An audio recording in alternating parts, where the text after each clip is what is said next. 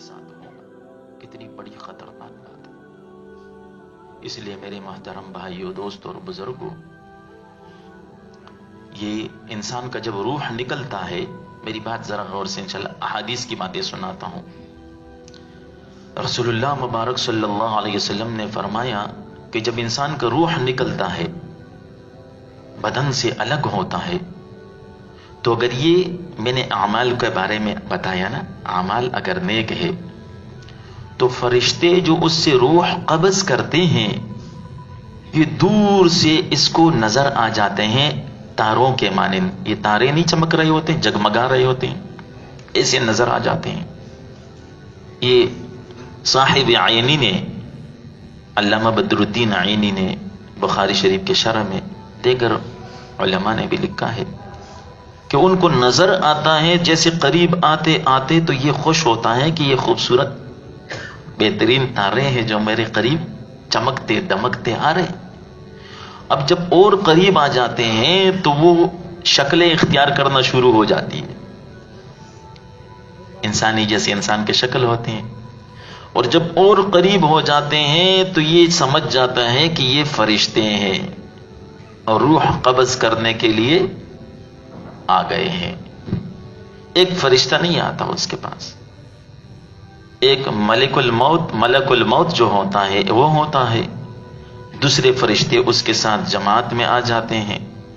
اچھا، یہ روح جو قبض کرتا ہے، ہم کہتے ہیں کہ حضرت عزرائیل علیہ السلام روح قبض کرتے ہیں، موت کا فرشتہ. لیکن چونکہ وہ امیر ہے، چیف بڑے ہیں، ذمہ دار ہے، اس کا بہت بڑا جماعت ہے اس کے پاس، تو ہر ایک بندے کے پاس وہ نہیں جاتے، بلکہ اس کے جو زیر امر یا زیر دست جو احکامات کی تعمیل کر کے ان کا کام کرتے ہیں وہ فرشتے. جیسے جناب نبی کریم صلی اللہ تعالی علیہ وسلم کے پاس روح کو قبض کرنے کے لیے جو فرشتہ آیا تھا اس کا نام تھا اسماعیل. کیا نام تھا؟ اسماعیل.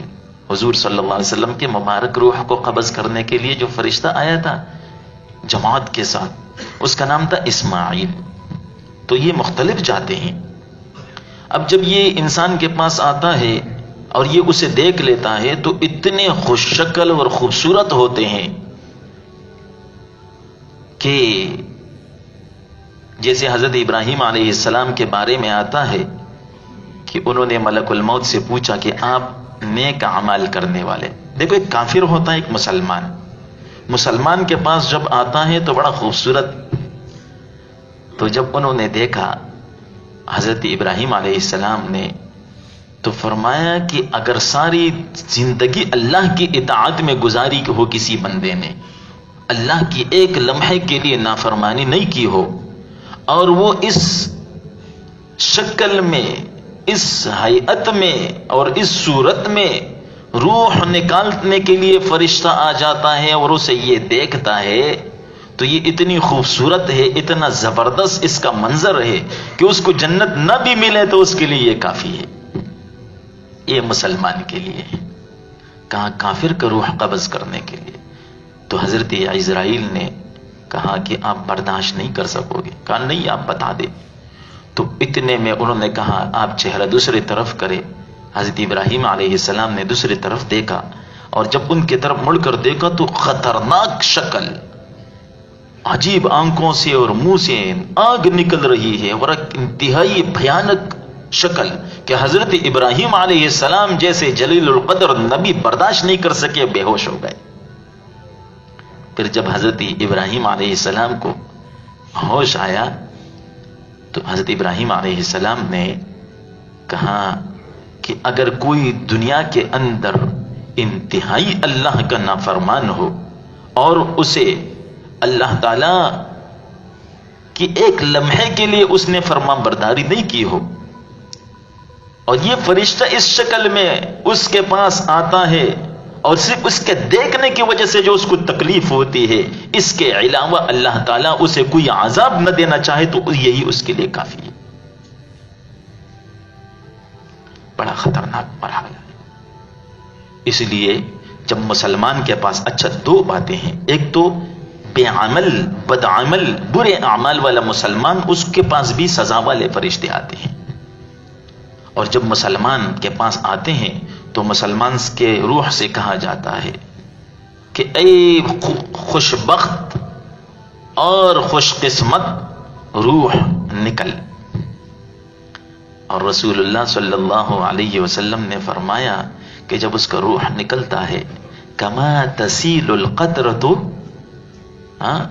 من السقاء، اتنی تکلیف بھی نہیں ہوتی ہے، اتنی تکلیف بھی نہیں ہوتی جتنا مشک سے، مشکیزہ جو ہوتا ہے اس سے پانی کا ایک قطرہ ٹپکتا ہے. کما تسیل القطرۃ من السقاء، جیسے ایک قطرہ اس میں سے ٹپکتا ہے تو کیا تکلیف ہوتا ہے، اتنی سی تکلیف بھی نہیں ہوتی موت کے وقت میں. اور جو برے اعمال والا ہو اور کافر ہو، اللہ کا نافرمان ہو، تو جب فرشتے اس کے پاس آتے ہیں ایسے، تو یہ اتنے ایسے شکل میں آتے ہیں کہ وہ روح جو ہے وہ رگوں میں پھیل جاتا ہے، باہر نہیں نکلتا ڈر کی وجہ سے، خوف کی وجہ سے. اور فرشتے اس کو زبردستی موت کے رگ پر ہاتھ رکھ کر جب ملک الموت اسے کھینچتا ہے تو یہ ہر ایک روایت میں آتا ہے جیسے لوہا بے انتہائی گرم ہو، بالکل سرخ ہو چکا ہو، اور گیلے روئی کے اندر، روئی کپاس روئی، اس کے اندر روئی گیلی ہو، پانی اس میں ہو، اور اس میں گرم لوہے کو یوں کھینچا جائے تو اس کے یہ دھوئیں نکل رہے ہوتے ہیں. آگ تو نہیں لگتا اس لیے کہ پانی اور وہ گیلا ہے، لیکن دھوئیں نکل رہے ہیں، ایسا خطرناک ہے. اور ایک روایت میں آتا ہے جیسے جھاڑی دار درخت ہو، کانٹوں سے بھرا ہوا ہو، وہ اس کے رگوں میں پھیلا ہوا ہو اور کوئی زبردستی اسے کھینچ کر باہر نکالتا ہے. کتنا خطرناک ہوتا ہے ایسے ہی کافر کی روح. اور ایک روایت میں آتا ہے، اس روایت میں ہے کہ جب اس کو روح کو نکالتے ہیں تو یہ خون اور گوشت کے چھیدڑے اور لوٹڑے اس کے اوپر لگے ہوئے ہوتے ہیں. یہ کافر کی حالت ہے. لیکن مسلمان تو خوش قسمت ہے، جیسے ہی مسلمان کے روح کو قبض کرتے ہیں تو اس کے پاس دوسرا گروپ، دوسری جماعت ہوتی ہے فرشتوں کی، وہ ایک لمحے کے لیے آنکھ جھپکنے کے لیے تک، اس وقت تک کے لیے وہ ملک الموت کے پاس روح نہیں رہنے دیتا ہے، فوراً اسے لے لیتے ہیں. سارے احباب میری طرف متوجہ ہوں، فوراً اس سے لے لیتے ہیں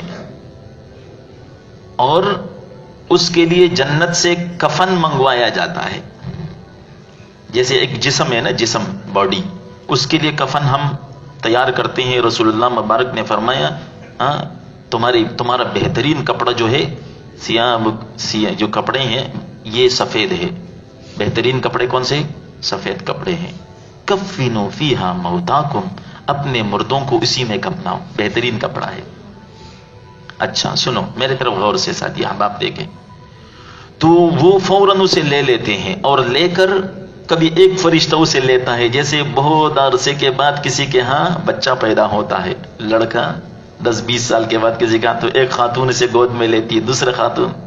تو ایسے ہی مسلمان کے روح کو ایک فرشتہ لے لیتا ہے اور وہ ایک جلوس کے شکل میں آسمانوں کی طرف لے کر جاتے ہیں.